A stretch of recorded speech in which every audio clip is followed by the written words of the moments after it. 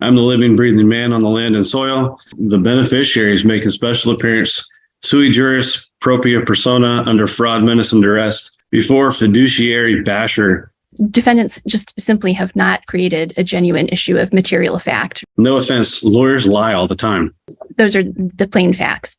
And you being the trustee in this case doesn't matter? Well, I'm not a trustee, sir. I'm a judge. You are, because I appointed you one. All right. Mr. Cowgill, I did, just so you're aware, I did read through your response argument. Hey guys, welcome back.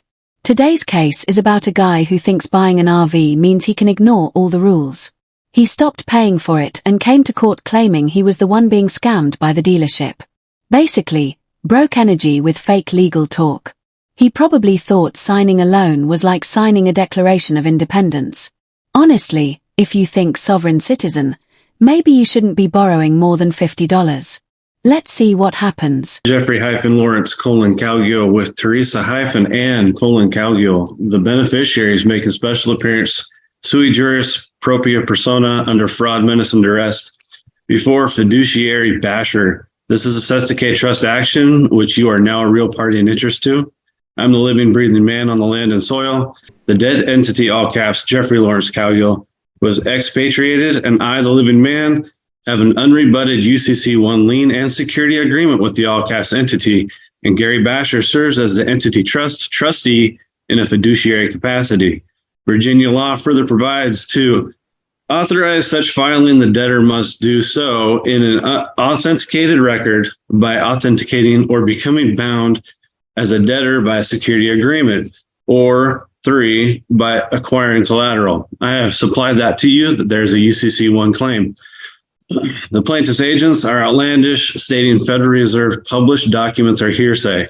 Statutes and constitutions are admissible under 56B, as it states. The defendant may move with or without supporting affidavits for a summary judgment in such party's favor as to all or any part thereof.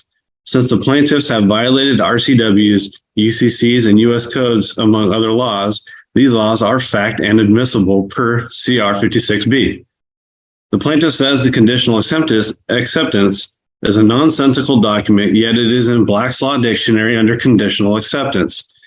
The definition is an engagement to pay the draft or accept the offer on the happening of a condition. A conditional acceptance is in effect a statement that the offeree is willing to enter into a bargain differing from some respects from the proposed or the original offer. The conditional acceptance is therefore in and of itself a counteroffer.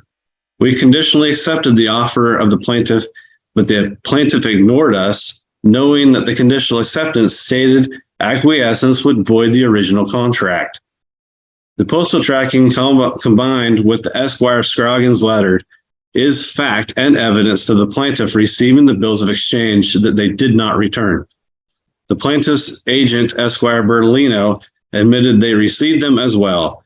What qualifications does any of the plaintiff's agents have to declare what is and is not a bill of exchange?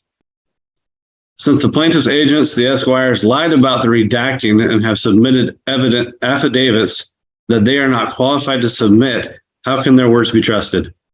They are not bankers, nor is Mr. Howard. What is his qualifications to make such declarations? He looks at a piece of paper, the plaintiff's agents hand him, and he takes it as gold. I have people at work that know federal and state policies and procedures. Stands there like the Constitution personally told him he can skip payments. It's so bad that the court had to remind him he's alive before he could make an argument. What's next? Swearing in with tarot cards. All these UCC rants are just legal word games that don't match reality. I wouldn't be surprised if he tried to subpoena the dealership's vibes. The contract. Can the plaintiff's agents prove that an authorized representative for the dealership that is delegated by the plaintiff signed that contract? The plaintiff wants to rely solely on the contract, so let's talk about the contract. Who signed it for the dealership? Why hasn't the plaintiff gotten an affidavit from the dealership? Because they don't know who signed it. Washington rule does state that the photocopy can be used in the original's place unless there's genuine question of the original. And that alone poses a major question. Where is the original? Is a signature on the original more legible? Is there any other evidential factors on the original that can give us the answers to that truth? On the UCC, we did tender for payment bills of exchange, who the plaintiff's agents are not qualified to decide with their opinion what is and is not a bill of exchange. And as for where the bills of exchange are, ask the plaintiff.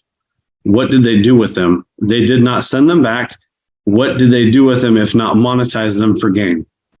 Esquire Bertolino states that the instructions on the 1099A state tangible property is not included, yet the exact wording is no reporting is required, meaning you don't have to, but you can. It does not say no tangible property, so Esquire Bertolino lied.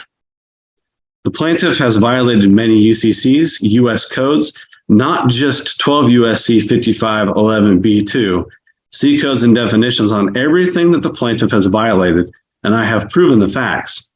Why didn't the plaintiff return the documents they say are not bills of exchange with an explanation or dishonor? Why wait and have Esquire type up some bunk letter and still not return those bills of exchange?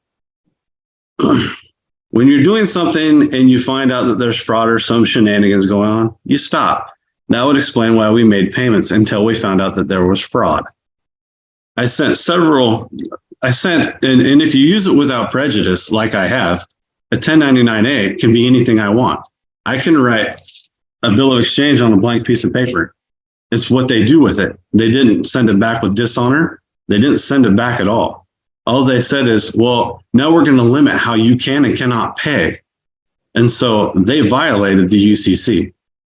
And with that, I'm done. Any brief response? Thank you, Your Honor. The retail installment contract expressly provides that the borrower the borrower agrees to pay the amount financed and This guy really thought he was doing some kind of courtroom poetry. 10 minutes of legal fan fiction with zero understanding of the law. The judge shut him down instantly, like swatting a fly quoting the UCC. And all this drama. It's just a trailer he stopped paying for. Watching him argue is like someone trying to return a pizza using maritime law, completely off, but kind of